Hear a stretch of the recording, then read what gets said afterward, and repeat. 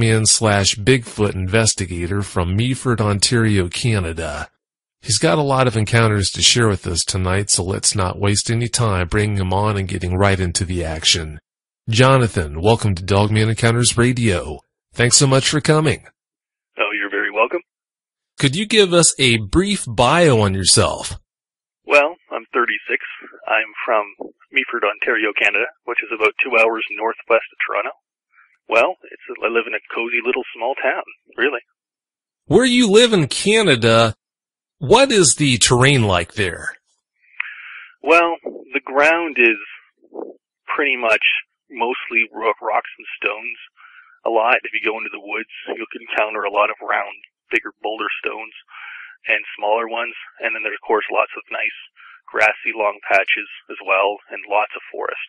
Canada is one of those places where if you travel through Canada or you fly over it, you'll notice for hours you can go over forest for like 2 hours and not even see anything but more forests. And as you come into South Ontario, it's closer to probably that of like maybe Michigan. Is there a lot of up and down with the topography there? Yeah, there is a lot of hills. Yeah, actually. Mm-hmm. I figured as much. What was the first time you heard about dogmen? Oh, that had been about, actually hearing the term dogman and what that creature actually is, it must have been maybe 5-6 years ago, maybe, probably closer to 5. It was through mainly Linda Godfrey is when I heard a lot of these stories. It hasn't been all that long then. Not really. Not when I actually learned what it was. And I've had other notifications of something like this beforehand. At the beginning, of course, it's a lot of doubt. It's like, what? And then later, you learn more and more, and then all of a sudden, I listened to a radio show, and Linda Godfrey was on it talking about these things. And click. I was going to ask you if the first time you heard about dogmen, if you laughed at it.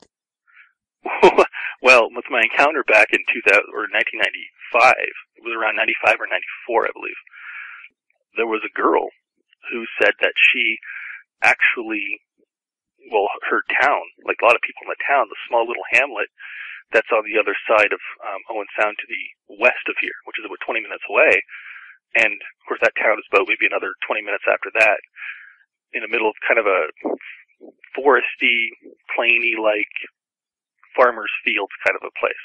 And there's different streams and rivers and different things like that connecting.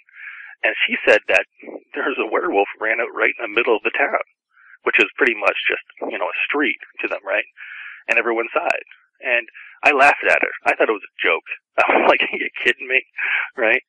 And no, it turns out that she was serious. She had this serious look on her face. She was actually kind of shocked that somebody would believe her. And I thought she was just screwing around. And that's the one thing that stuck in my head, but I didn't believe her, though. That's one of the most frustrating things about it. You didn't know better back then, but I talk to so many people that see these things, and they talk about the reactions they get the first time they share it with someone.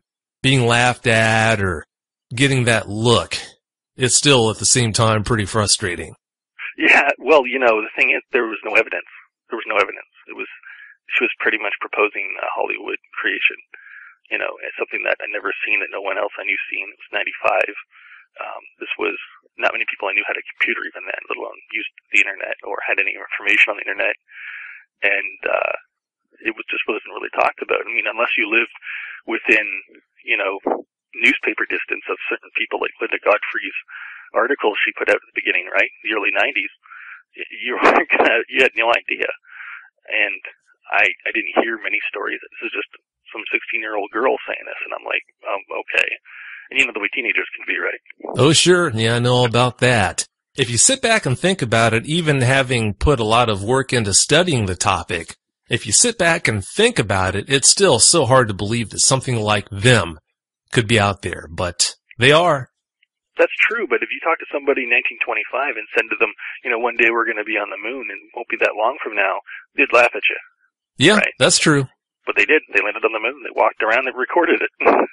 What you just mentioned reminds me of a scene in The Last of the Dogmen, when Tom Berenger is laying there and he's talking to the Native Americans about how men had walked on the moon, and all of them were just sitting around laughing at him. The idea, you know?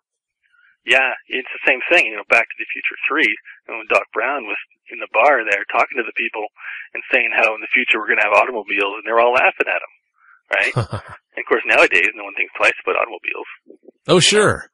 They don't even give a second of thought about it. So people are constantly finding things out or running into things that seem to be unbelievable a long time ago, but now it's commonplace. Like, if you were to pull out a computer like this and say, like in the 70s, it's like, oh, we're going to have these little laptops. They're going to be more powerful than rooms full of those computers the scientists are using for the government and with NASA and stuff. And they wouldn't believe it. They'd be like, yeah, right. Maybe not, maybe in the year 2000, when the year 2000, everyone thought we'd be flying cars, but that was almost like propaganda. Yeah, that's true. Now, when you were a kid growing up, were you big into Bigfoot or were you focused on other things? I thought it was kind of cool every once in a while, but then I went back to G.I. Joes and stuff. I didn't care. I really was not into anything like that. When I first got into like Sasquatch, which was something that was unknown, I was at my computer back in early 2004, and I sat down and said, let's see if I can discover the truth about something. I said, okay, how about Bigfoot? And then I just started looking into it, reading stories, and talking to people, and that was 10 years ago. And I've come across quite a lot of information, and it's overwhelming. Like, the subject shouldn't be up for debate. I mean, people say scientifically you need to have a body, you have to have proof. Well, there comes a point in time where it becomes so common knowledge, you don't necessarily have to have that. Like, I don't need to go to the moon to find moon rocks. People say you can see the moon. Yeah, but you don't know all the details of the moon. You have to still take certain people's, word for it. Like, this came from the moon. Well, how do you know it did? You still have to take people's credit for it, right? Oh, sure. And there's a lot of details like that, like dreams. Like, if you had a dream last night, I wouldn't second guess it because I had a dream. We dream, but there's no real physical film of it, right? But no one doubts that thing. So there comes a point where after a while, if enough people are seeing things, that in itself that evidence is virtually proof, especially if you have a number of people seeing characteristics and details that are so separate from common knowledge, like weird looking arms or something on a dog man, and then some person over there says the same thing who lives in a completely different part of the country, and then somebody else and someone says the same thing. That's not coincidence that they're seeing something in particular. Like a detective, for example, would say, that's giving me a suspect, right? Uh-huh. And they put people in jail with that kind of evidence. They find people. And so it's not something you can foo-foo away. I mean, sometimes people are just so doubtful of everything in life that without absolute proof, they wouldn't believe that they could even probably, they probably don't even believe other people dream, It's that ridiculous sometimes. So I don't bother trying to convince everybody about anything. I just look for the truth. That's all that matters. From having talked to you before, that's one of the things that impresses me so much about you. I know that you are a Bigfoot investigator, and instead of actually going out into the field and researching them that way, you mentioned that you question eyewitnesses about their encounters. You look for certain things, and you've gotten really good at telling whether someone's telling the truth or not. Have you at the same time, I know you've spoken to some people about their dogman encounters, but have you interviewed that many people that were actual dogman eyewitnesses as well? Yeah, I have. People who've actually seen them from firsthand, I have. And when I see people, I don't just read them.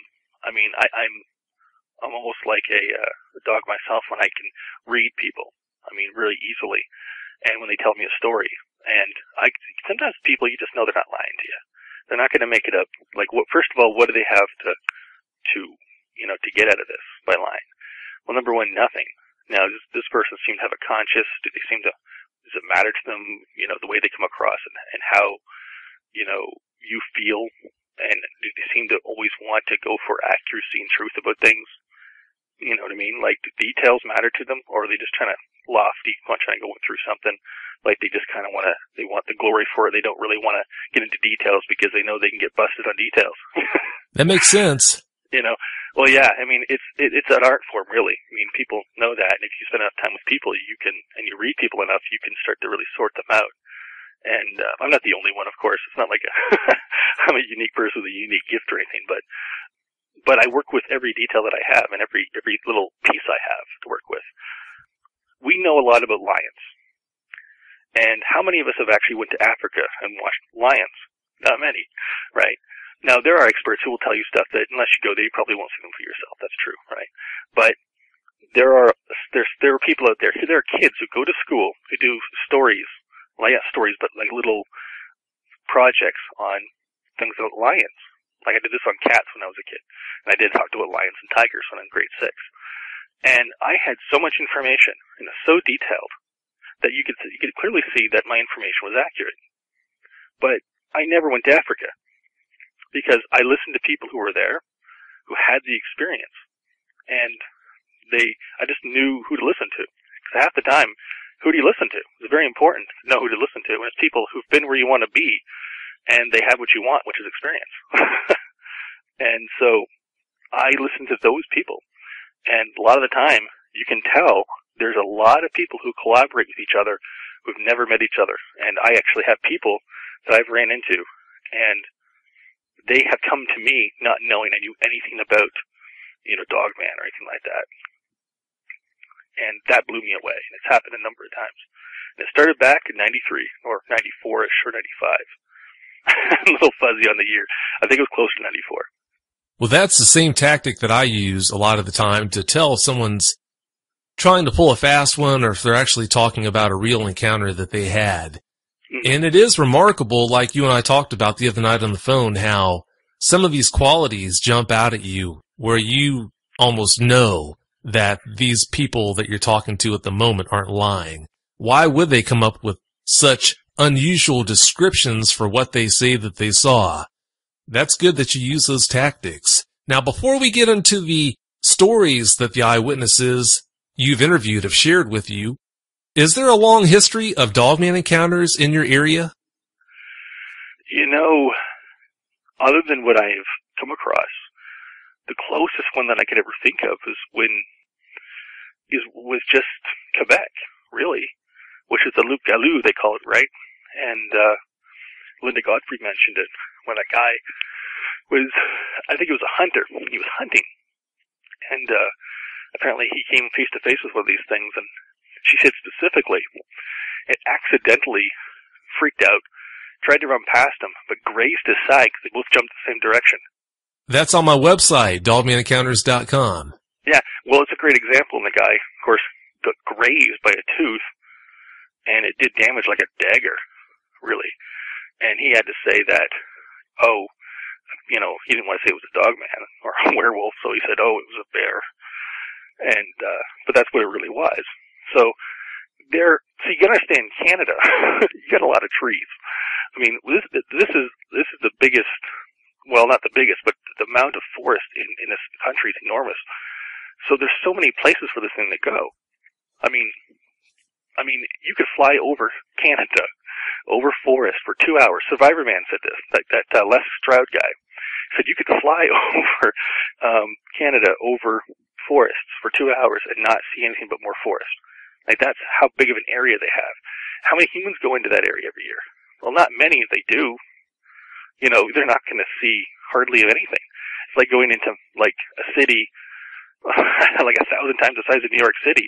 How many times have people randomly walked to New York City and ran into one person they knew in that city, but they didn't, just randomly in spots they normally don't go? It doesn't happen usually.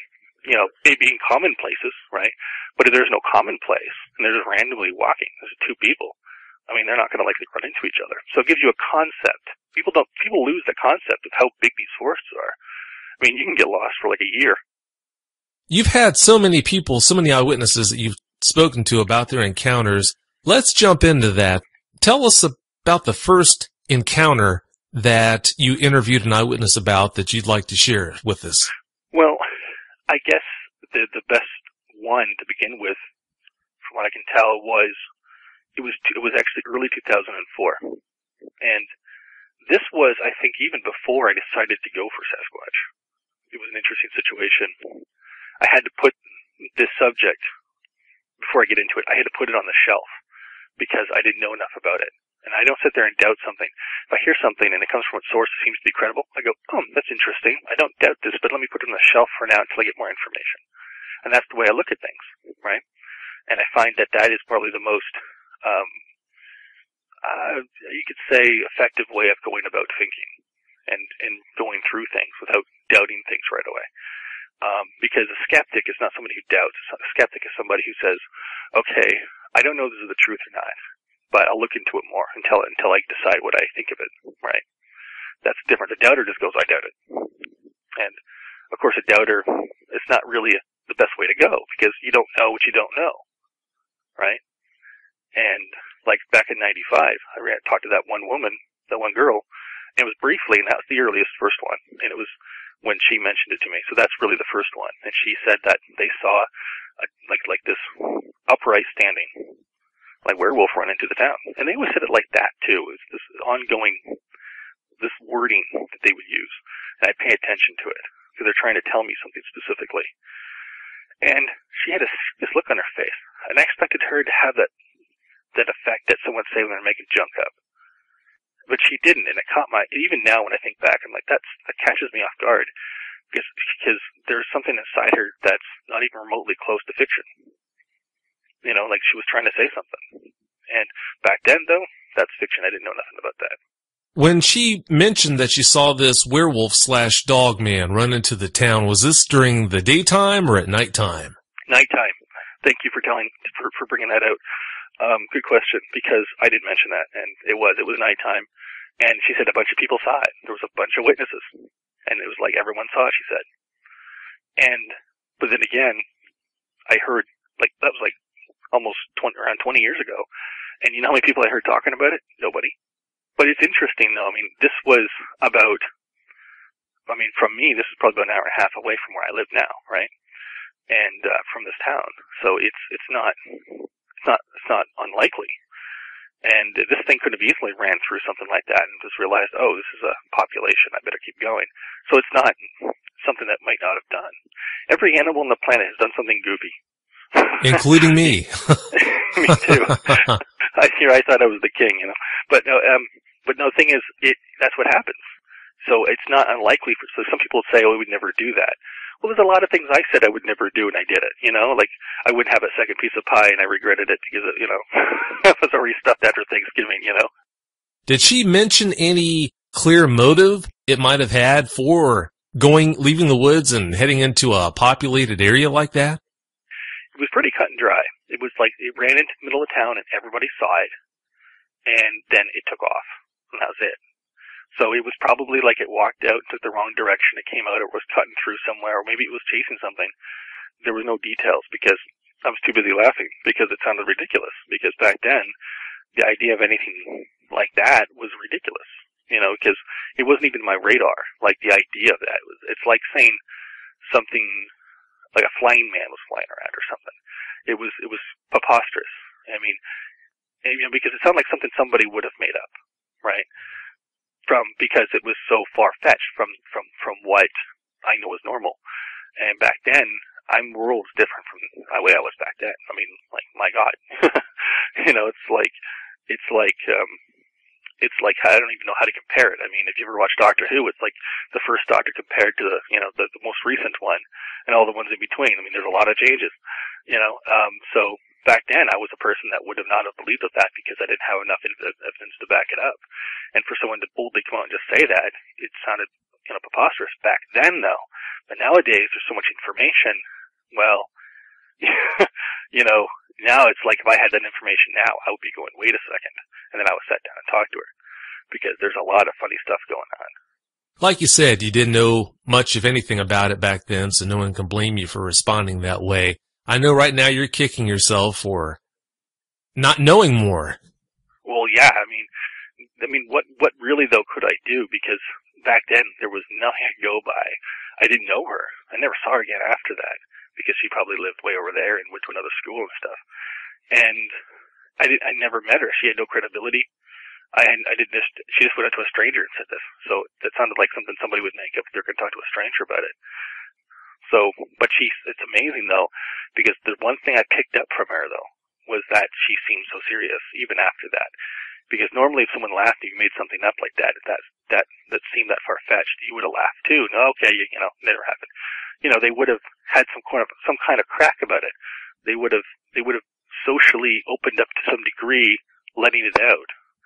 But she didn't. She was standing there like the laughter caught her off guard. Like I didn't really laugh at her face. I mean, I was like kind of chuckling to myself, going, yeah, I don't think so, because there just wasn't enough information. So that's how that laid. So it was something that just ran out in the middle of the town, and then people saw it, and it took off. So it was kind of like must have been cutting through some woods and came out in the open, and didn't realize what was really around, because a lot of these towns, you have buildings that are surrounded by trees, and behind the trees there's more trees. And then you have fields, right? And if it's dark, you could easily have something running through the woods, think it's a farm, and you think, I'm going to run to the farm, and then no, it's a town. And there's people around, and it's like, oh God, and then keep running, So it's actually, you'd think it would happen more often almost, but it makes sense to me that actually could happen, and probably did. Let's move on to the next encounter that you had, or you heard about from an eyewitness. Yeah, this one is really interesting. You're going to love this, because this is from a woman that I was seeing her for a while, and she was a person who hated the idea of lies. She was very, very strict person. She was a mother of two. She was a very strong woman. She was very serious-minded. And you could joke around with her a bit. She was great that way, but she was very serious-minded. Her values were very serious. She hated lying. She hated things like that. If somebody was an idiot, she couldn't stand it. So she was a person who was really straight up, really good person too. Very honest. Honesty was a big deal with her. Someone lies to her once. This is the kind of law she has. Someone lies to her once, she'll never talk to them again. So you can't lie to this woman. And this woman she is that stand up. And I knew her for a while before she said anything to me. And I mean, I've even met her too. And she really was a wonderful, and is a really wonderful woman. And I was talking to her one day, and I said something that set something off inside her. And I can't remember exactly what it was. I might have said something about Sasquatch as a joke, because it was in the back of my head before I really thought about it, right? And she got quiet and did something uncharacteristic of this woman. She said, I'm going to tell you something, but I don't think you're going to believe me. Which are words you wouldn't expect to come out of the mouth of somebody like this. And I laughed. I'm like, are you kidding me? You wouldn't lie about anything. It's like a religious person, like a priest or something, wielding a gun or something. It's just not going to happen, like in a bank or something, you know what I mean? Like, it's uncharacteristic. It's not something that's going to happen.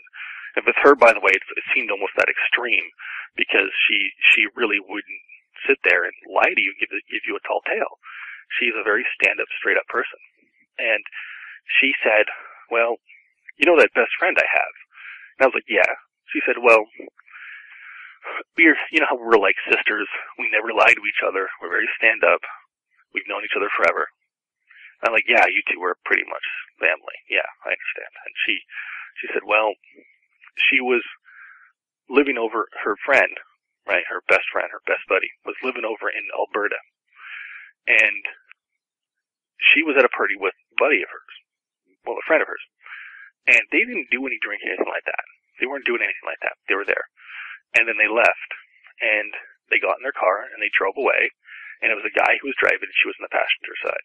And this was interesting because they were driving down a road that was one of these long stretch of roads in Alberta, like not a very big populated place. Not exactly sure where. I just remember basically what she was telling me, like the kind of environment it was. And so there were some fields and stuff like that around too. So it was sort of like open area. And so as they were driving down this road, it was nighttime. All of a sudden, out of the blue, this wolf creature leaped right into the middle of the road. Like a leap, just one leap, boof, right in the middle of the road. Incredible jumping power. This is the first time I ever heard about this thing jumping. about the dog man jumping, its ability. It's the first time I ever heard about it from this woman's mouth. This one, by the way, didn't really even have cable television back then. So she really didn't see a lot of stuff like that, and she wasn't into a lot of movies like that. So it's not something that would have been made up that easily in her mind, right? So she was saying this thing jumped out in the middle of the road, like pretty much one leap. They hit the brakes, and this thing was actually about 7 feet tall, she said. It had ears, it had the whole nozzle thing, the snout.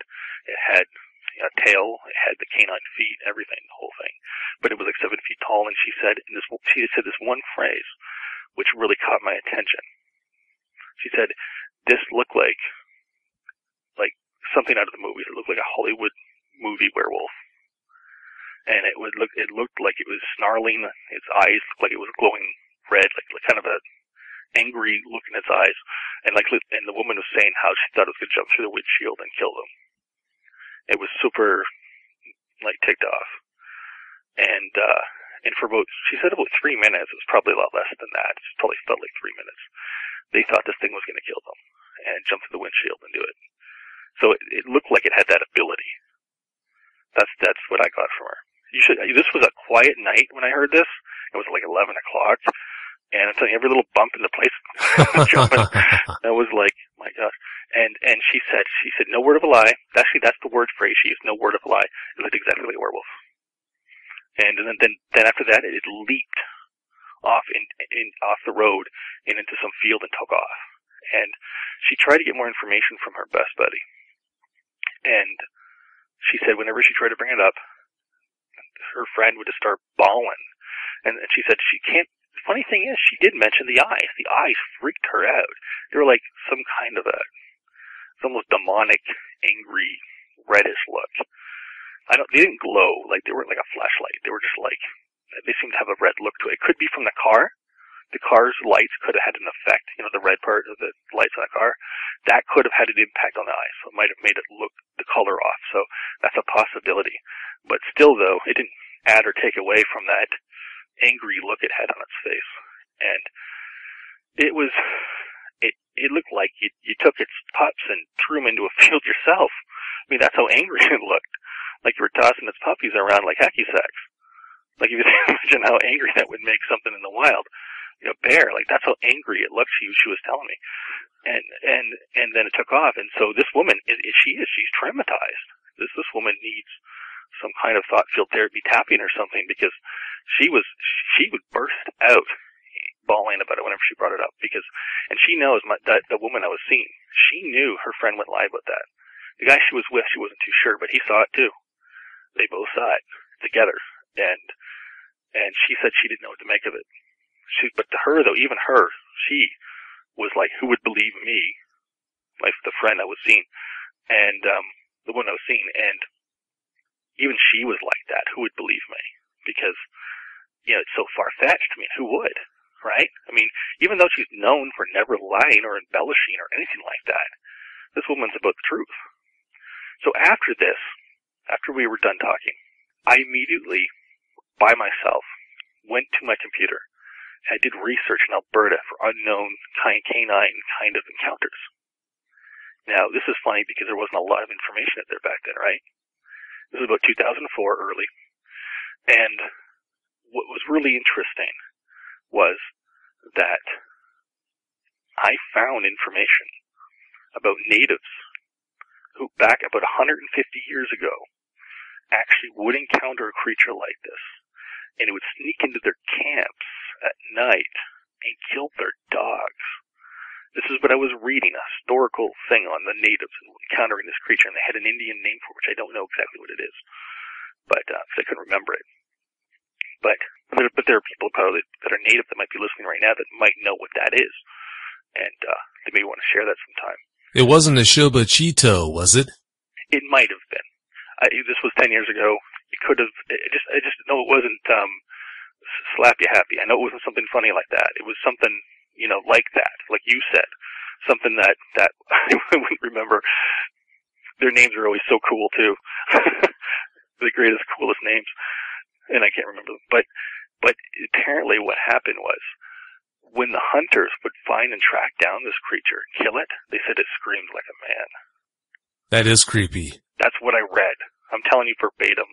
And then I was in a quiet apartment reading this, and I was freaked after reading that, because this was the kind of characteristics. Like it said, it went into their camp, their places where they had their teepees and stuff.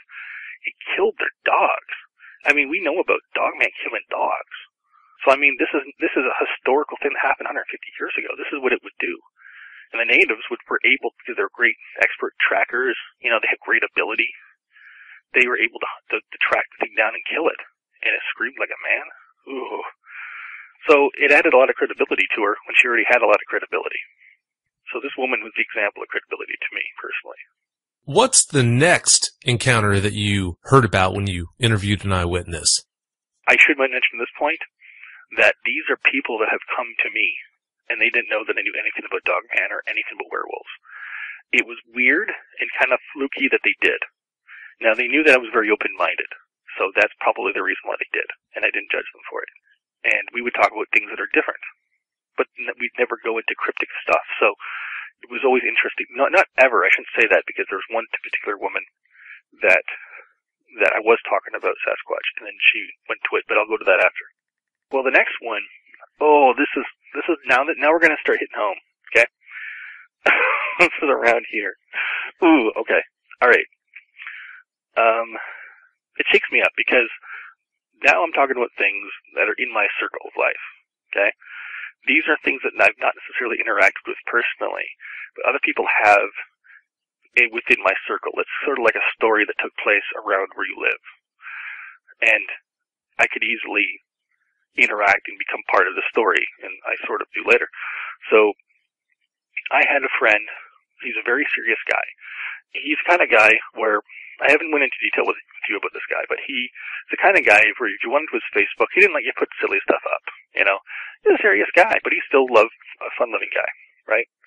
But he didn't like that. He didn't like a lot of silly stuff, and he was pretty smart. And he went to university in Toronto and stuff like that. And he had a couple of other friends I knew too, and I knew them personally. We hung out quite a few times, and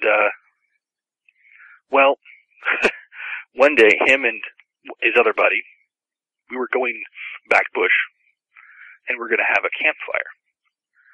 It was basically around maybe 8 of us, maybe 9 of us. And we went back there, and we were walking in the trails, and he said to me, hey, there's something I got to tell you guys, but I can't tell you till I'm drunk. And we all kind of chuckled. It's like, oh, well, why not? It's like, he just shook his head. I just can't tell you until I'm drunk. I just can't do it. And it turned out it was because of courage. I mean, the guy's not a coward, but he needed to be in that kind of situation before he could open up. Like, that's how effective this affected him personally. And we all kind of like, okay, whatever, right? Like, maybe, I don't know what this could be about. But anyway, later, about 2 o'clock in the morning, we're all sitting around a campfire, and he's toasted. He's done. I wasn't drinking or anything like that. I was just enjoying the campfire with everyone else. And everyone else was kind of lightly drinking, but he was, he was a little bit over the top. And I said to him, okay, now you're nice and drunk. Can you tell us what happened? And he was like, oh gosh. I mean, that was his mannerisms, right? He's like, all right, I'll tell you. Now, I had a best friend who was there, and he was sitting next to him, and I was watching his expressions and reading him as he was reading him. And he said, okay, I'll tell you. He said, it was 1999, and it was around, I don't know if it was late spring, early fall, or the summer. I don't remember. I don't think he mentioned it actually, but I know it wasn't wintertime. They were driving back from that next town over called Owen Sound, which is west of here. It's about 20 minutes away. And between here and there, it's a lot of farmers' fields, forest, and rocks and hills, right? And sometimes you do run into, there's cows, sheep sometimes. There's actually a sheep farm outside facing this direction, over there. And I think halfway through there's a chicken farm somewhere. There's a lot of that stuff around. And so this road is kind of long, and it winds, goes up and down. And it's a highway, Highway 26. And it comes right to our town from the other town, straight on. And so they were driving, and about halfway, and they said they weren't on anything or doing nothing like that. They were straight, completely, wide awake. They just came back from the movies, actually. And they were driving, and they just kind of turn and look to their left because something catches their eye. And he said this one thing in this one way, which really caught my attention.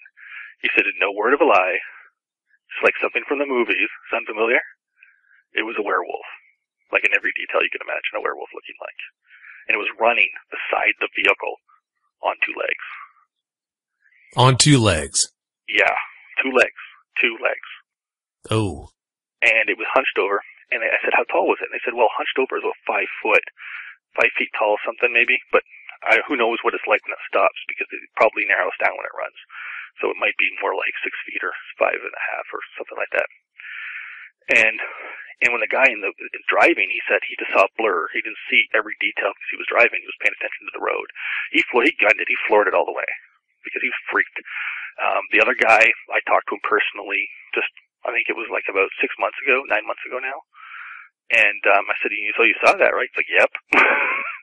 Big smile on his face. He knew who he was talking to, right? He knew I was very open-minded. He had no problem talking to me. And the other guy was like, that's what we saw, He said, then he started going on saying, it's probably not like a werewolf like that would, kill you or something.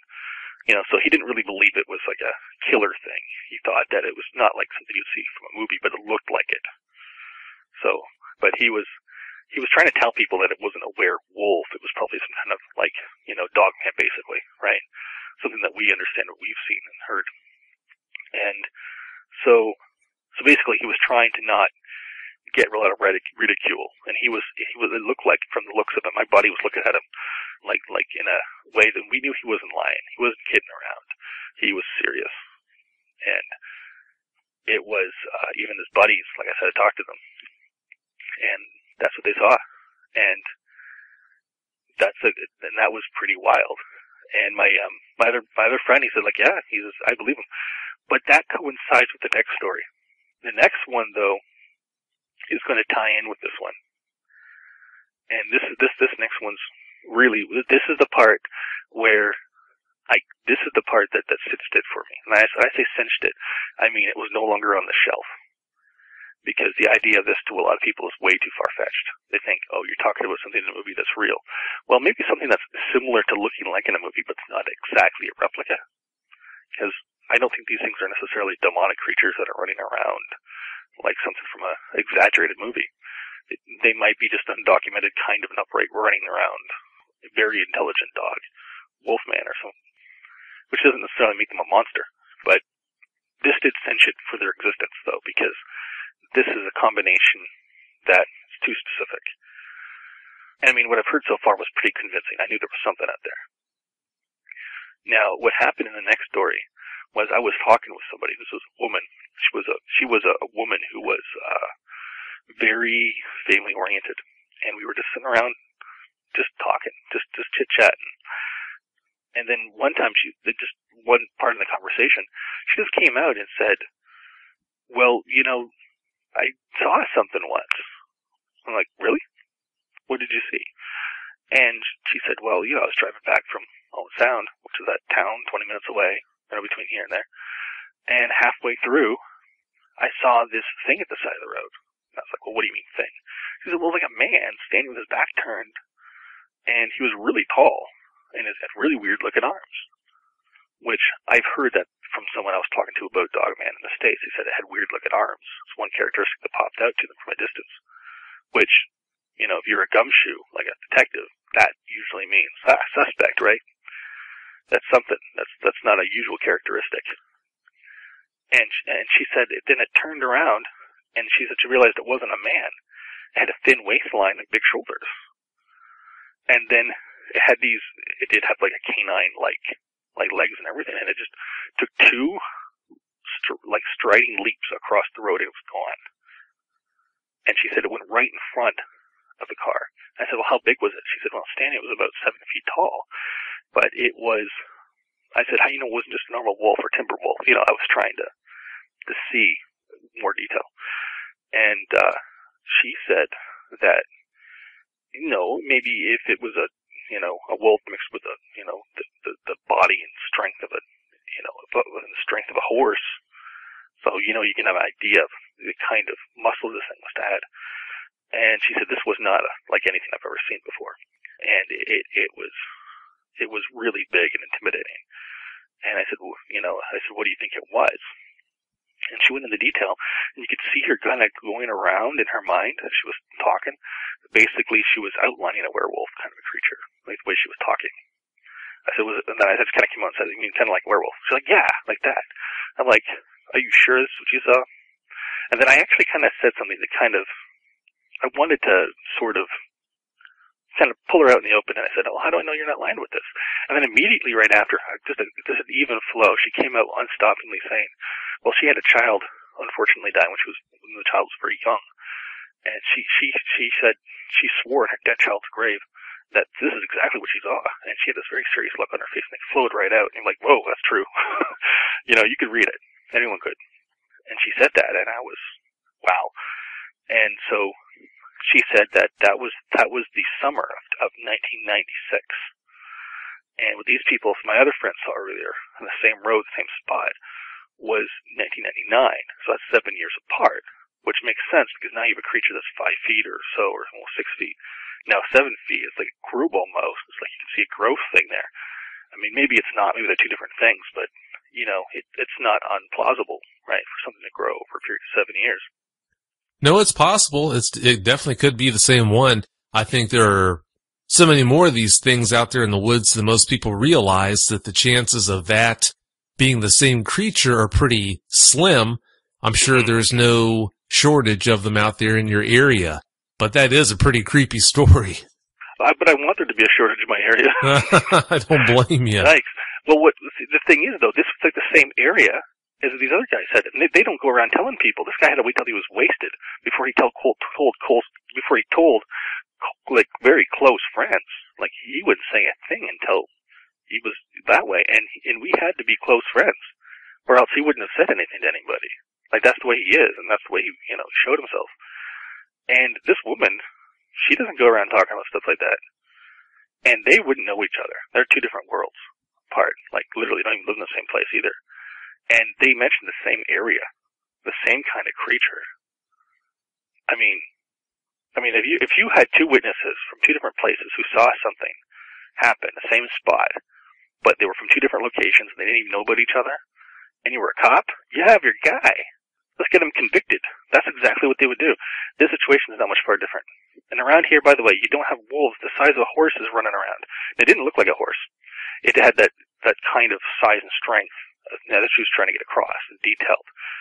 She said it had the whole features. And it was wild, the fact that she said it looked like a man, but it wasn't, and then it was like, oof. Like, it wasn't a Sasquatch. I even said to her, like, what's it kind of Sasquatch like? And at one point, she was like, no, because it had the hair like a wolf would, not like and all those details were completely different. That sounds like corroborating evidence to me. Yeah, and that's probably from my town halfway. It's about 10 minutes away. Ooh. So I don't go for late walks at night outside in forested areas. I don't blame you. It's not a joke. I really don't. I mean, because of that. I mean, there's a base that's not far from here. Like a big military base. Like one of the biggest in Canada. And halfway up to that base, there is a diner. And people love going up there. And I was with a buddy of mine, my friend Matt. And we walked back into town, and there wasn't a lot of streetlights. I was thinking, this was a long time ago. It was around 2002 or something like that. And I was thinking, good thing there's nothing like scary out here.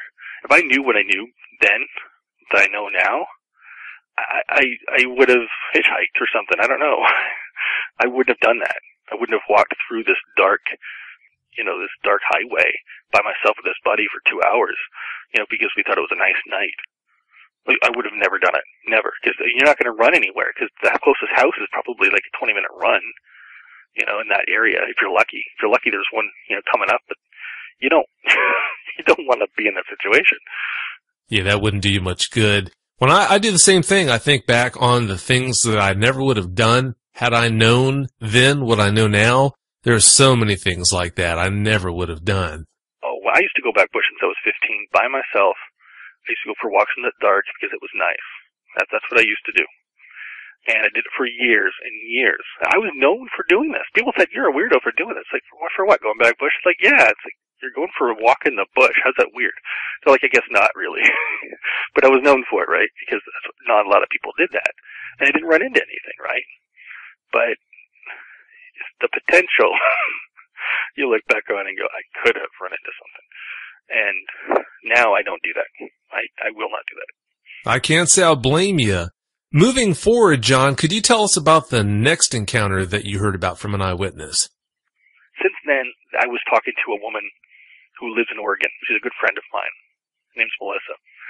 And she has 3 children. She's a good, down-to-earth woman. She's very nice, very moral. She's one of these nice people that doesn't understand lying. She understands honesty and saying things the way they are. And she doesn't really even think about any other way of thinking. Like, we all know people like this. Like, if you're talking to, somebody like, you know how you talk to a kid and the kid's telling you the truth about something and they only seem to be one of these kids that just spills the truth no matter what? They almost don't even know how to lie. Oh, yeah. She's like that kind of person. She doesn't even know how to because there's no point. And she's very straightforward. And she doesn't have a need to. She feels happy the way she is. And so, she's an extraordinarily credible person. And her story was very interesting. I was talking to her about Sasquatch. Now, of course, what about Sasquatch? I don't know.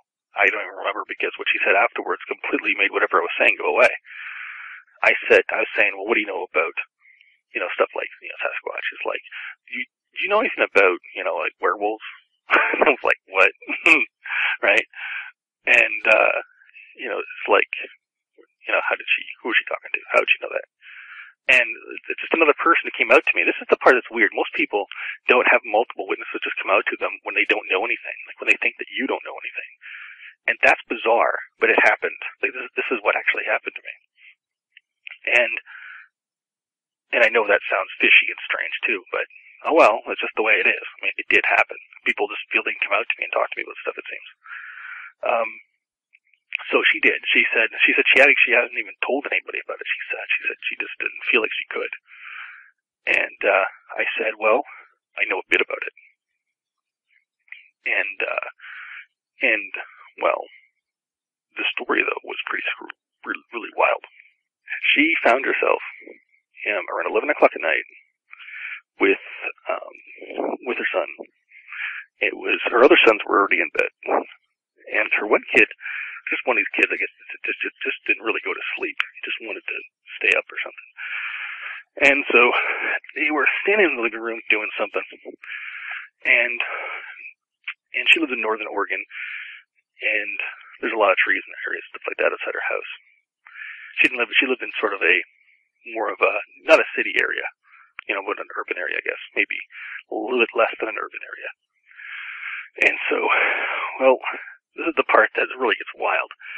Her son, who's about 6 years old at the time, points up to the window and says, "Look, Mommy, a dog." And so she looks at the window, and on the corner of the next house, which is right there, there's this dog man kneeling down, like a man would kneel. There's a difference.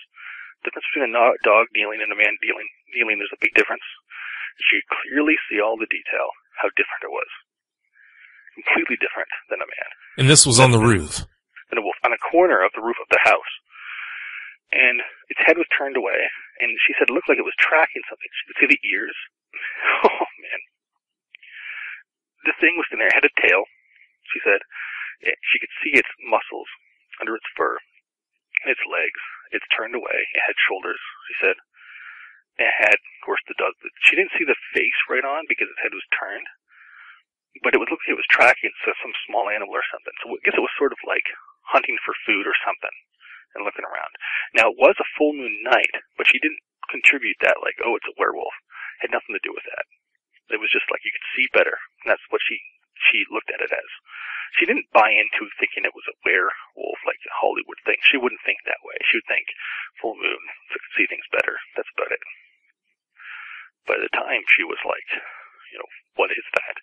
And she could clearly look at it. And what it was doing was its ear was twitching.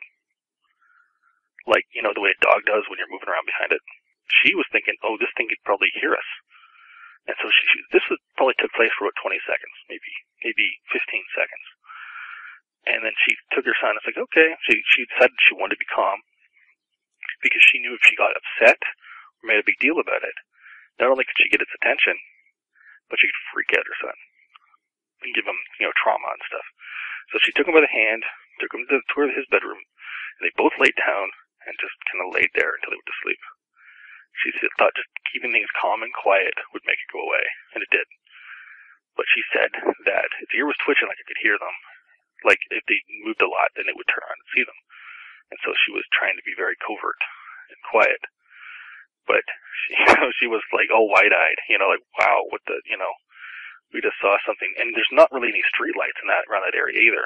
So the moonlight was really the biggest source of light. And they could clearly see it clear as day. And I sat there and I went through all the detail, and she said it had legs like a man, but it was squatting down like a man, had these details. It looked just like a wolf man. It was a dog man. It was a straight out dog man on the corner. And the thing is, people say, well, did it really go on someone's roof? Well, Linda Godfrey said there were actual real reports of these things going on people's roofs. Oh, sure. So this is not something unheard of. This is actually heard of before. What's really funny is that I have my friend Matt, when he was a kid, he has a fear of werewolves. And he told me it was something that really happened to him. He said that he was sleeping one night, and he had a dream that there was this wolf looking through his window. It freaked him out. And this is not something I made up, it's not something he made up. He said this is what really happened. And he said he's not something he probably told a lot of people because it's screwy. But he dreamed, he was on a second story too, so that's something, right? And apparently he dreamed that there was this wolf looking through the window at him. When he woke up, first thing he did was look at the window. He ran out the window and he looked outside the window, like physically put his head out the window, looked down, and there were paw prints on the house underneath where the window was. And I'm like, you're kidding. I'm like, no, they were there. That's pretty freaky. That's really freaky. I don't even know what to think of that. I looked at him and said, are you kidding me? And like, nope. Yeah, that's hard to believe, but unless you were there, I guess you never really would know. Well, it's not like something couldn't have gotten up there, because if you look at the front part of the house, it had a little, some houses when you go to get up on the front part where there's a door, there's sometimes a little roof, and then there's a window above that window on the second story. That's the way it was. So it's actually not something impossible for something to do. If it was really big, it could have easily just crawled up there quietly and then looked and then went away. Maybe subconsciously he kind of picked something up. I don't know. Maybe he woke up and saw it and thought he was dreaming. Yeah, that could be. There's just something so creepy about the idea of these things looking in a window at you, or you looking out the window and seeing one. That's just eerie. Oh, when he said this and then let it go. Like, he didn't want to think of it anymore. It disturbed him. But he wanted to mention it because I guess he just wanted to share, right? What was the next encounter that you heard about from an eyewitness? Oh, the next one. Oh, it's funny. I have a lot of these. Well, the next one, I would have to say, I guess it was really the next best one to go to was the one with my girlfriend's grandmother. Now, the thing about my girlfriend is she's from Morocco, and she's the best girlfriend ever. I have to say that. Anyway, her grandmother used to live, like she died at the age of 85 last year, and she used to live when she was a kid in these small towns, the northern part of Morocco. And if you can, there's actually a big, you can see on a map the top of Africa where that would be. There's a lot of spotted towns back then, and there was a lot more forest. They chopped a lot of them down in the last 50 years. And, well, apparently the way it was back then is they used, of course, wood to heat their house. And in the mornings, they would go out and get wood, but they were never allowed to go out at night in the woods. There's a lot of weird stuff out there. basically. You know, they said, just don't do it. And so they went out like really early in the morning with their friend to collect firewood. Now, my girlfriend said they were about she was probably about 7.5. This was around 1935, roughly, she said. And that's what they would do. Kids back then used to do a lot of work, though. They used to actually really get hands-on. Kids nowadays, they don't. Their hands-on is usually in a video game. But back then, they were really into stuff like that. So she went out there with her friend to collect some firewood, and they encountered a dog man. It ran up to them. It was 7 feet tall. She said all those details. There it was. It had the ears, everything. Tail, the size, the dog legs, the snarling. But the thing is, she said what it did was it ran up, snarled at them, and then it turned its back and started walking away. And when she told me that, it sounded like it was telling them go away, but you're not really a threat, or I don't really care, because you're probably going to run away anyways, because you're little and tiny. And they did. They ran away. Thank goodness it left them. Yeah.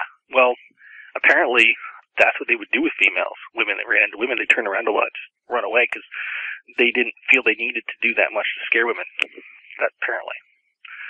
And my girlfriend said about 2 months ago, she was maybe 3 months ago, maybe it might have been 3.5. She saw a documentary in Arabic talking about dogmen. And a lot of people in the West are not going to be able to understand a documentary that's mostly in Arabic and Berber or Moroccan, I'm not sure which it was. She could understand it because she speak like 5 languages. And it was talking about Dogman. It was talking about a lot of the things they found about Dogman, about the Egyptians, some of the writings about them. Actually, have you heard about the invulnerability of Dogman, how it doesn't seem to die?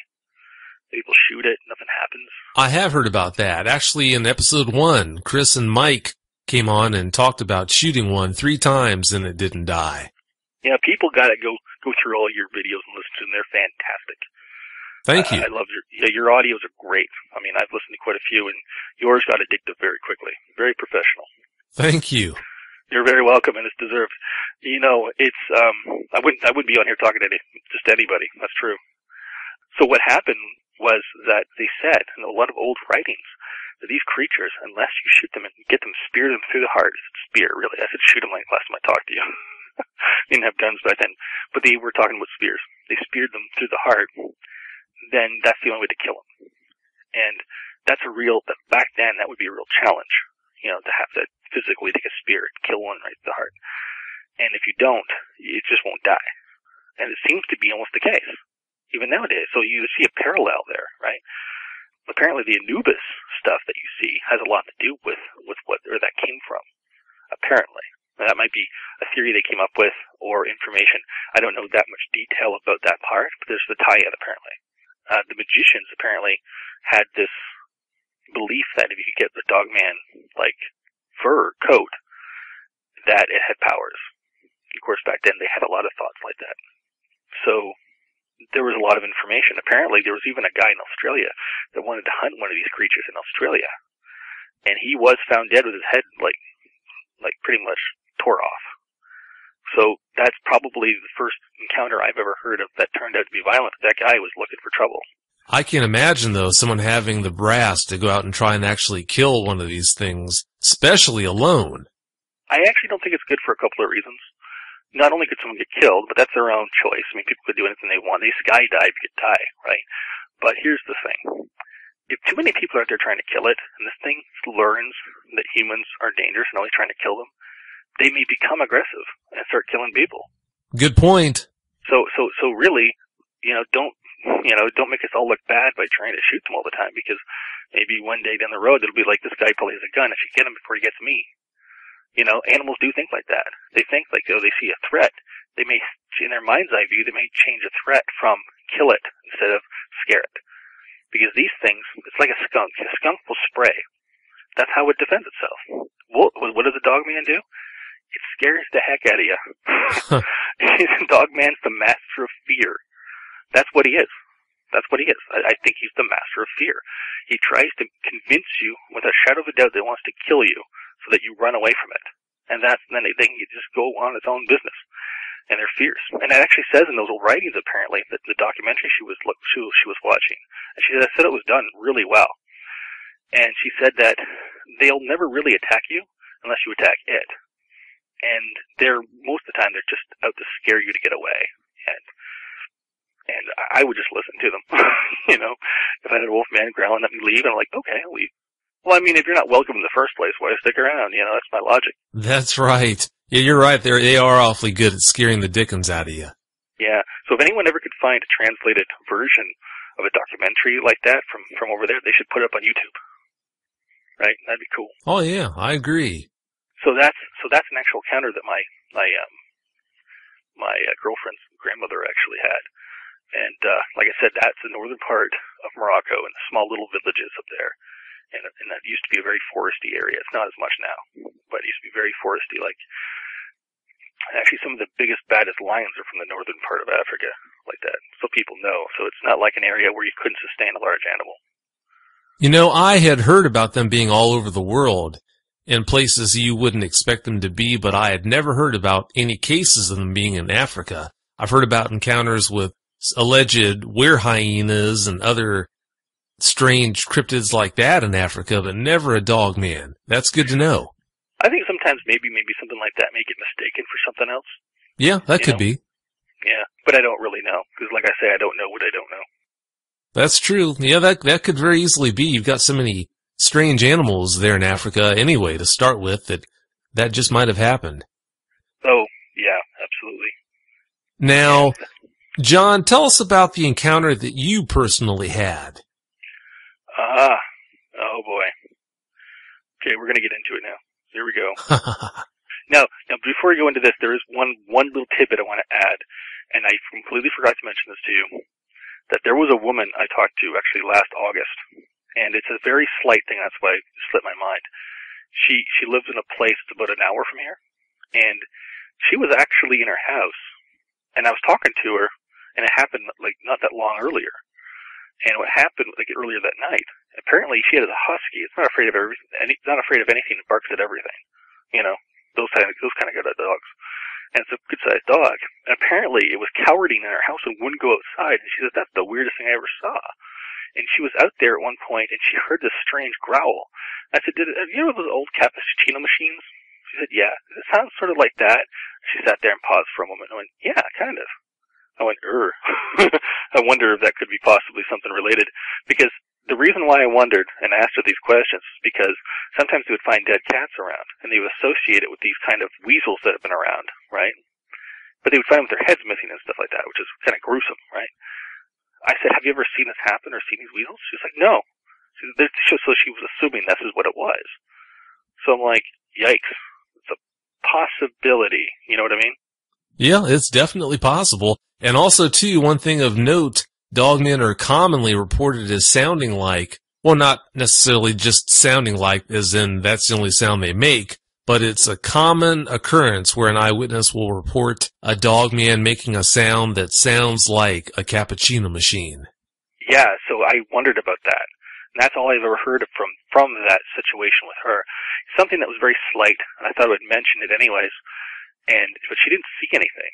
And around there, of course, it gets very dark and you don't see a lot. She lives in the middle of nowhere. But that's characteristics of stuff that really does happen. And dogs normally that are like that, they just don't go outside when they don't, you know what I mean? They'll always go outside. Unless there's a real threat.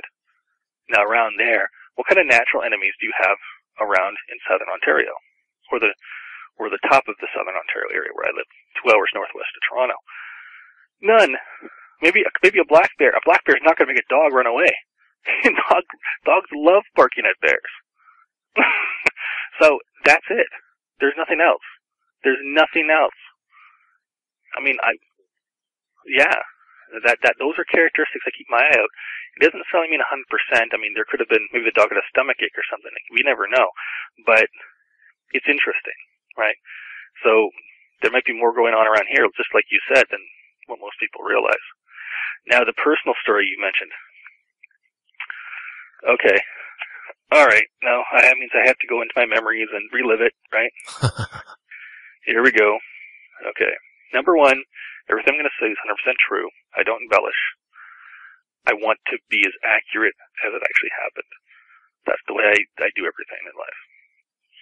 I like accuracy. I like things being as true as my own experience. So I'm basically just going to copy and paste best I can. Okay, the same friend, ironically, who was back camping with us, was watching this one guy tell a story about what he saw between here and then. Here in between Owen Sound, which is 20 minutes away, and where I am living now in Meaford. The friend who was listening to the story, he actually and his girlfriend wanted to go camping. Now, this was the late 90s. I'm not exactly sure exactly when. It's around 97, maybe 98-ish. Could have been. I just don't remember. For some strange reason, I just remember I was around, 18, 19 kind of time frame. And right now I'm 36. So this was somewhere approximately late spring, I think it might have been, or early fall or late summer. I actually don't remember those details too much. I just remember it wasn't too cold, it wasn't too hot, it was comfortable, there was no snow or anything like that. It was nice out. Like, that's what I remember, right? But so the times like that are sort of foggy. But that's the way it is with me sometimes. Sometimes I can remember like right on the dot, like it was like the encounter with the bear my buddy and I had. That was the 30th of June, 2008. I can remember that day because there was a lot going on that day, right? And it was a significant date. But this other time was not significant. It was out in the blue. So my buddy and his girlfriend wanted to go back bush camping, and this is nothing new. And my ex-girlfriend, who I was friends with, and she was with a friend of hers, a female friend, and they wanted to come along too and hang out. I wasn't really going to go camping. I just kind of hang out and just, with them for a while, then kind of go back home and just sit around and enjoy the fire, stuff like that. And so I went back there, collected some firewood ahead of time. And so I used to go back bush like all the time. So this is nothing new to me. And so my ex-girlfriend and I were good friends. We're good at this point. No negativity between us. So we ended up going back there, and they set up their camps like that. And my ex-girlfriend and her friend were there, and we're hanging out and started the campfire and stuff like that. It was beautiful, nice day, sunny. At this point, though, it was around roughly 8 o'clock, so it might have been actually later, I guess more closer to June, because it was sunny still, around 8 o'clock. But the sun wasn't going to be up forever, though. So we left because my ex-girlfriend wanted to take some pictures around town. She's from London, Ontario, which is about roughly 4 hours from here, like a drive. So her and her friend went around town, took some pictures. It's a nice little town here. I mean, it's a tourist town, right? That's the main motivation for this town, is tourism. So she wanted to take some pictures around town, and she liked it. And I went along, of course, with them and stuff like that, because I live here. And we thought we'd leave my friend and his girlfriend alone for a while to talk and whatever. And so we ended up going up to the local Tim Hortons, which is a coffee shop chain up here. We love it. I ended up having like a hot chocolate or something, and they had some probably coffee or something. And we talked for a bit, and then around 11 o'clock we were coming back. So they took their time.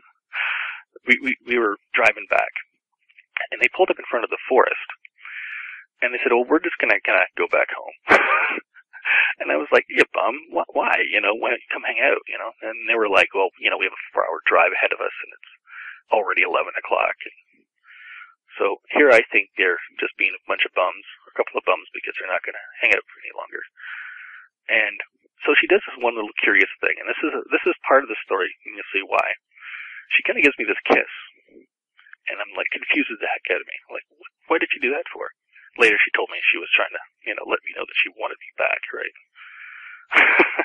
So, and then they drive off, and here I am walking. I go back and go into the woods. I start walking through the trails, and I'm thinking in the back of my head, what the heck did that mean? You know what I mean?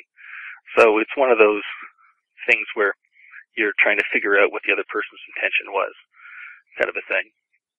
And she was, simply just trying to give me signals. And back then, I was horrible at getting signals about anything, so it confused me for a while. And so I was walking back through the trails, and I didn't have a flashlight or anything like that. I never really needed one. I could just look up the trees and see in between the sky and the trees and have an idea where I am. And I could walk through, navigate pretty good. I naturally had pretty good night vision. And at one point, I'm about I'm about getting closer to where they were camping. And they were at what's called the 4th plateau, and I was getting closer to the 3rd plateau. It's like a campsite, basically.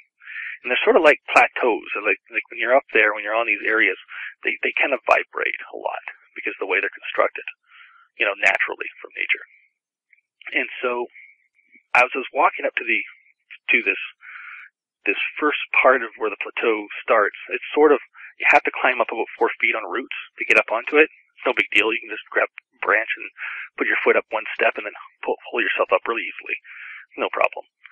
And as I was getting up to that spot, I heard something off to the left. Now, I couldn't see anything because these groups of trees in this one area is so dark. It's really dark. And even in the daytime, if you take pictures into this little small area, you sort of just see kind of like trees in this dark spot. It's like this black dark spot because all these trees kind of go around creating this dark area. And it's dark anyway, but it's really dark in there. And I just roughly know where I'm going. I can feel my way through. And I hear some movement off to the left. And it sounds like something's moving around, and I hear like a branch break or something.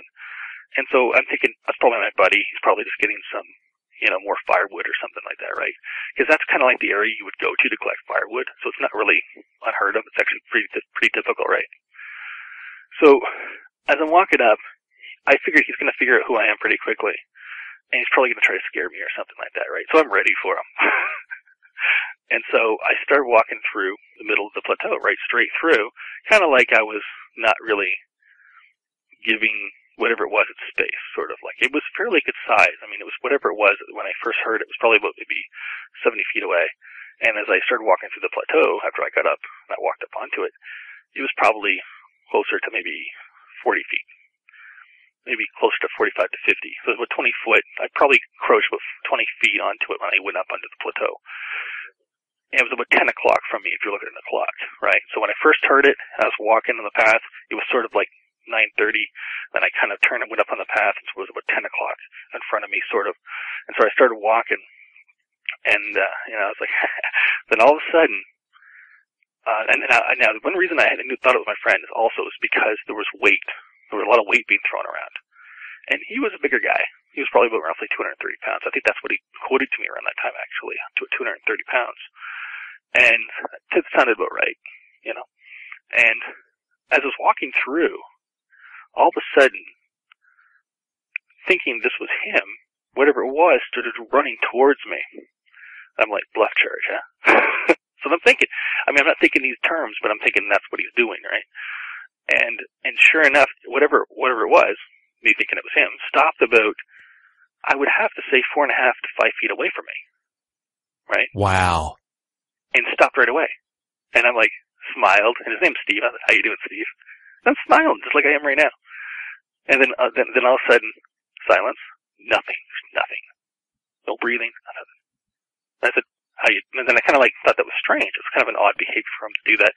Cause somebody jumps out at you in the dark, and you say, how you doing? Even if it's pitch black, they'll go, you got me. I mean, that's what they'll do, especially unless they're really ridiculous, but they'll say something. But this was odd silence. And that's the first thing I noticed. I was like, and then I said again, I reiterated, how you doing, Steve? My smile just kind of went away a little bit.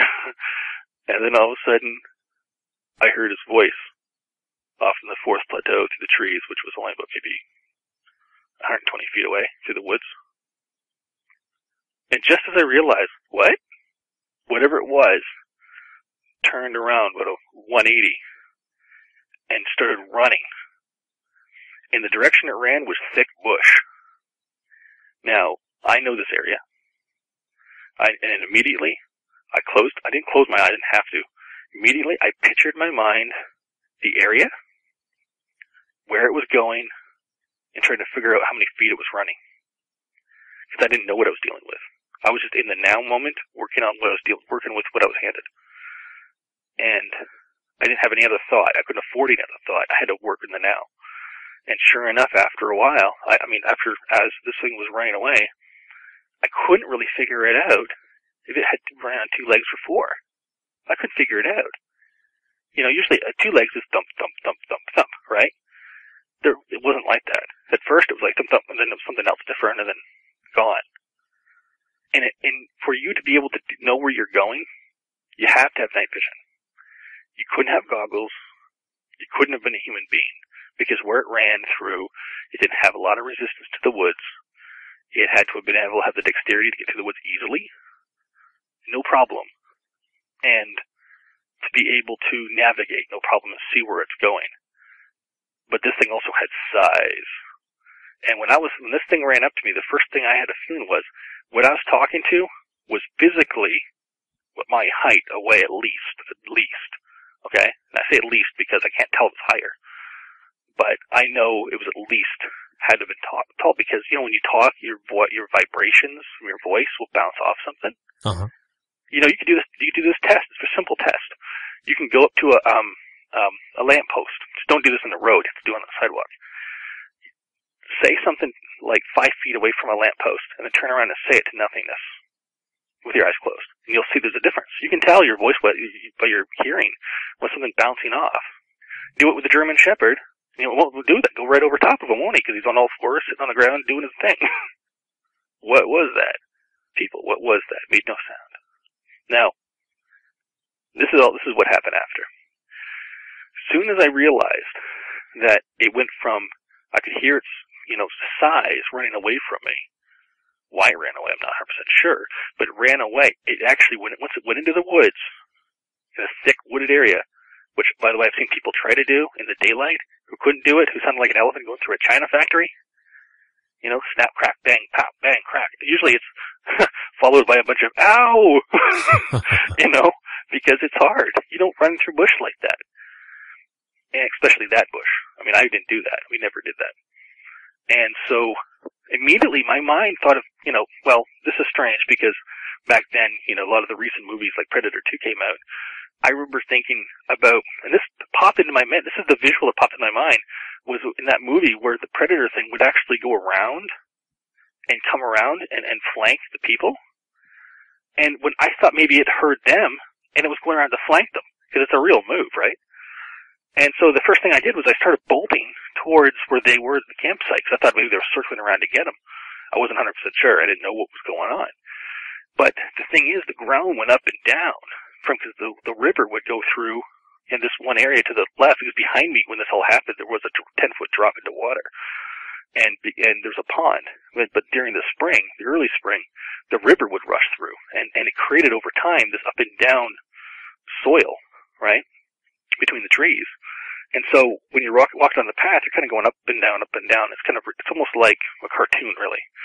It's ridiculous looking. But I was running, through these trails to get to the campsite, and I could see the campfire up ahead. But once you see campfire or any kind of light, you lose your night vision. And then I couldn't see the ground. So I didn't know when I had ground under my feet when I didn't. So I was falling. I was running, falling, getting up, running, falling, getting up. It was like a bad B movie. And I finally run out into the light radius of this campfire with them sitting there by the fire talking. And then they see me run in like a crazy man, looking at the tree line, waiting for some creature to come running through. And I look like I'm all frazzled, and I'm like looking around. I'm like looking around like that, and I'm like, they're like, what's wrong with you? I said, I ran into something. They're like, it's probably nothing. It's like, no, it was something. And by the way, in the back of my head, I was thinking like, no, it's probably like a werewolf creature. That's for goodness, nothing like that. Hopefully, that's the kind of thing that was going through my head though, and that was back then. But I didn't really have a firm belief in something like that. But that still kind of went through my head, because there's not many other things that can emulate something similar to that. And there was really nothing else. And I told him, did you notice anything like in the last tonight? And they started asking where the others were, and they went home. What, did you see anything tonight? And he's like, well, I did hear something, small animal being killed out in the woods, but it's sort of normal, isn't it? No, he didn't say isn't it. He said that's normal. He made a statement. And I was like, okay, small animals killed. I maybe thought I was trying to go after its dead rabbit or something. But, I mean, I didn't smell blood. I didn't smell anything, right? My senses didn't tell me, except for my ears and the feeling of touch on the plateaus. And so that night, I sat by the fire till roughly around 3 o'clock in the morning. And I said to myself, well, if anything's going to get me, it knows where I am, and I don't want to sleep here. I want to go home to my bed. So I pick up a stick and I start sharpening it. And they don't completely believe me, by the way. My buddy now more so believes me. You know, he thinks it was a Wendigo. And it's like, it's not a Wendigo. You have to research Wendigo. It's not the same thing. Right? A completely different concept. And if he hears this, he did say Wendigo. You can't say that. He did. And so what I did is I got a sharp stick, and I said, I'm just going to go home. And so I had this short stick. It's, you know, about, 6 inches long, closer to maybe, no, that's small. It was about a foot long. And I started walking back to the trails. I went home, right? I started going through the forest. And, of course, people are going to ask, why would you do that? Why don't you just stay there till morning, right? It's like, well, I wanted to go home. It was probably closer to 2 in the morning than 3, because I knew I had many hours ahead of me still. And I said, well, if anything tries to jump out at me, you know, I'll go right for the jugular. That's it. You know, I mean, it could just as easily get me back there as it could anywhere else. If it's that determined to jump out at me as I'm walking back. So I'm not any more safe. And they weren't going to listen to me. They weren't going to leave. And so there's nothing I could do much about that. So I just started walking back and keeping my eyes open, looking around. It's sort of like an acceptance. It's like if something's going to jump out, fine, I'll have to deal with it. But I'm going to go home. Because, I mean, I could spend another 3 hours sitting there in the dark with the fire going down, sitting there like a dope, you know, really being an open target, just thinking, what's going to be sitting there the whole time going, maybe I should, maybe I shouldn't, estimating whether or not I should try to go for a big meal, or I could just go home and cut that chance right out. So I went home and nothing happened. But was I afraid when walking back? Yeah, I was really afraid. But I would have been more angry if it attacked, because I hate being bushwhacked. That's a term usually meant for somebody ambushing you. I hate that. It angers me. So, like, if this thing attacked me from the get-go, I mean, I've had the ability to. Like, if this thing was super strong and could have hit me, I could have went 50 feet off in the woods. Okay, well, there's nothing I could have done then. But I would have tried. I mean, I would have dropped it behind me down into the water there, and I would have drowned it. That's what I would have tried to do. I had a plan, you know what I mean, in the back of my head, like an instinct. But it doesn't mean I would have done it. I would have been successful. It probably would have, tried to take me out. But I think what happened was the thing was so caught off guard by my response, my reaction, my body language, that it almost was kind of unnerved by it. Because most animals, when you charge something, it has a fear response or aggressiveness or something. Something doesn't usually smile, and all of a sudden you have this relaxed vibration. That's weird to a lot of animals. And a lot of animals will stop and go, "What's up with you?" That is a really good point. I've seen shows where lions had caught some type of an antelope or whatever, and instead of it running, it would just stay right there in front of the lion, and the lions almost didn't know what to do. They didn't attack it. I saw that too once a long time ago. Isn't that weird? That is strange. Yeah. So I think that's one of the things, because when it was running at me, first thing I realized there was intention. Now, I thought it was my body's intention to scare me. It had a different kind of intention. I don't know what it was. I remember the feeling of it being super bold. Like a person, if they're going to jump out and scare you, that's super bold. But this might have had another idea. And when it jumped out like that, when it ran up to me, it might have been looking to maul me, because it stopped only about maybe, meter and a half away.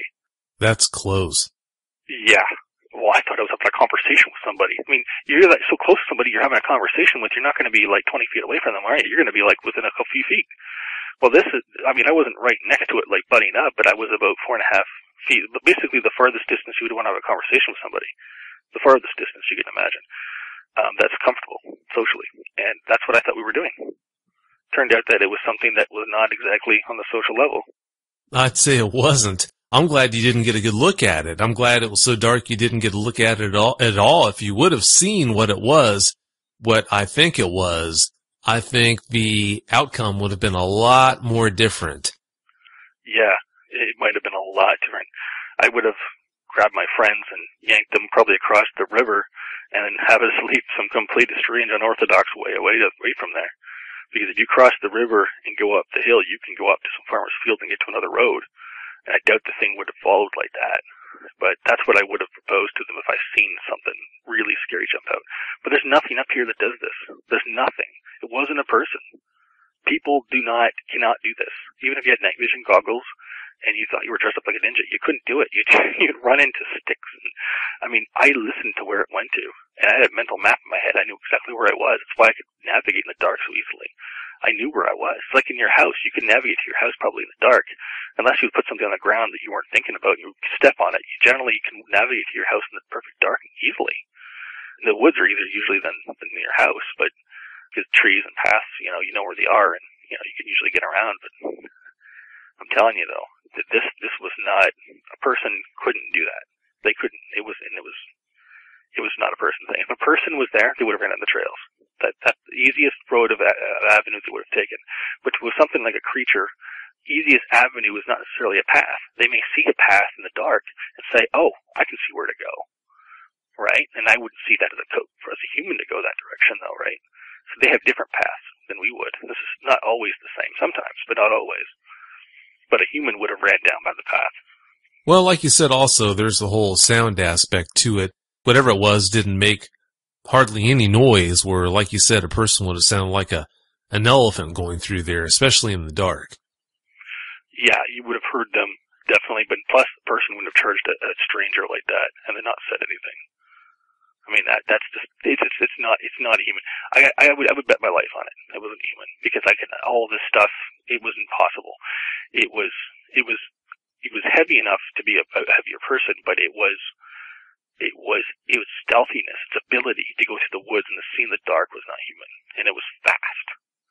It was fast. It went from where I was into the woods, making next to no noise like an expert. I mean, there are Green Berets I doubt could do that. I agree with you. I don't think it was a person. I think it was something else. I've got a sneaking suspicion of what it could have been, but without you having actually seen it, I guess we'll never really know what it was. Do you have any closing points you'd like to share with the audience there, John? Well, yeah, there's one thing I want to say is that this encounter took place approximately, like if you were to leave these woods and go to where these other encounters were, between here and the next town over, it would take you probably a total of 15 minutes in a car. That's going around the hard way, too. An animal running from there to here directly, they could probably do it almost the same time, taking a shorter routes just on foot. So, I mean, there's not a lot of cut-off spots.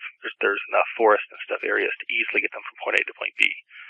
And the way the river goes by that area and loops around like a hook, it makes perfect sense that this creature could have been coming down from the waterway, using the path possibly too, and then kind of see them up ahead activity and then go off to the right and then end up where I ran into this thing. It's perfect, actually. That makes perfect logical sense. Yeah, that does make sense. Because it would turn off a bit that way, and that's about where I would encounter it. It crosses right there, because they would have to avoid them. And, if the river turns, it has to turn too, and so does the land. And it turned it right into me. So it's like I caught at the bottom of that hook, where that way a hook would look. Let's see, what else would I say? I really don't think people should go really looking for something like this. If they want to stay in their car and drive around and look around, I think that's pretty harmless at the most. But I'm going to be honest, in that situation I was in, if this thing was a dog man I ran into, and there's nothing in this that does this. Bears make noise. Cougars do not have this kind of weight. They make noise. They hiss. They do all that stuff. Not that there are that many around here, but there's been the odd sighting. But this is not something like that. There's nothing else this could have been. It wasn't a person. I'll actually state it wasn't a person, because I have enough experience with people in the woods and stuff in this area to know what people are capable of and what happened to say that wasn't human. It's like stating a car going by. Was that a person? No, that was a car. Maybe a person was driving, but that was a car. It's that kind of knowingness, like from your experience. But there's nothing else. There's nothing it could have been. Now, it could have been a dogman. Does that fit the description of what I ran into? Like with all the other stuff beyond sight? Yeah, it does, unfortunately. And trust me, I would like to sit here and say it's something else, if I could, because that's freaking scary, and I don't go back bush like that anymore by myself. I don't like to. I tried it once, and I'm like a nervous Nelly. I'm like looking around all the time, like, you can't relax. Oh, I don't blame you. Now that you know they're out there, it's never going to be the same. I've tried it myself, and it's just not going to be the same. It seems almost like there's one behind every tree when you go out into the woods like that. It's very unnerving. And I hear all those other cases, and and it's not like there hasn't been any sightings. There was real sightings. The one woman I told you about who saw that, there was actually another part to that where she had a friend and another guy friend who, it might have been her brother, but they saw a shaggy looking thing that was it was a shaggy dog on all fours. That wasn't, it was huge, and apparently it was also upright too. It was at times. And they saw it even closer to the next city over. And, they actually saw it near the drive-in over there. And, not that far from there, they said. And so that's all she told me, though. I said I wanted to talk to those two, but she never got back to me about it, because I guess maybe they didn't really want to talk about it. But that's 3 and 3 people that happened. And so for this to travel over here, is it far-fetched? No way. This river runs really far. It's a far-running river. It goes for miles and miles. You can see on a map how far it goes. And if something like this were to go up the waterway and follow up like this, yeah. I'm just glad those girls weren't with me. My ex-girlfriend was with me and this other woman. I don't know what would have happened. They probably would have freaked out or something. I mean, if they heard us coming and then it ran out into the lighted part before we even got up onto the plateau, and they saw it and I saw it. Oh, I don't even want to. I would have had to have them run and try to deal with it, and because that's the way I am. Not that I'm trying to show off. I just would have. And it would have been nasty. So, because it would have ran and said, tried to run us off, and I wouldn't have run. I'm not dumb, I would have had them run and me just stand there and kind of block the way. Ugh. Yeah, I couldn't see that ending in an appropriate way at all.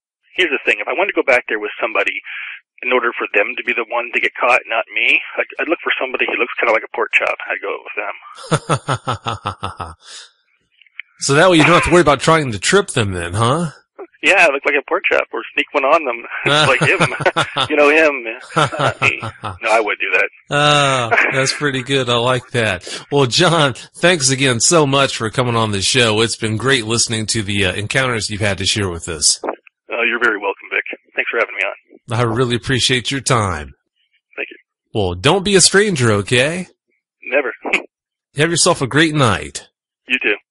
Thanks. Bye-bye.